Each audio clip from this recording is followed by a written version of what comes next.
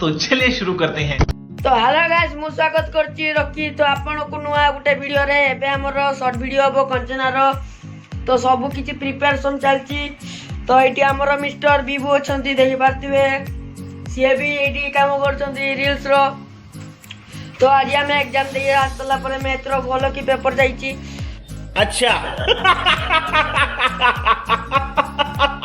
तो एबे हमर कंचना सीन चलिबो तो ठीक है।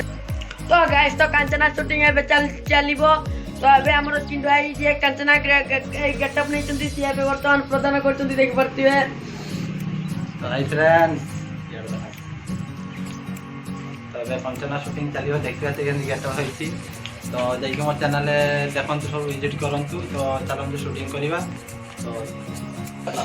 तो एबे हमर कंचना शूटिंग चलची तो देखि परतिबे परफॉर्मेंस चलची। तो एबे देखिबे चिंटू भाई परफॉर्मेंस करचंती विभू कैमरा धरचंती।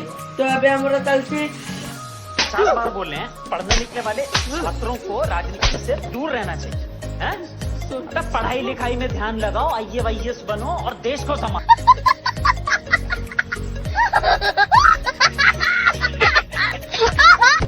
तो आपण ए वीडियो को फर्स्ट टाइम आछिले तो लाइक कर देबे एंड शेयर कर देबे, सब्सक्राइब कर देबे, तो लाइक कर देबे। अरे कहना क्या चाहते हो? कौन है ये लोग? कहाँ से आते हैं?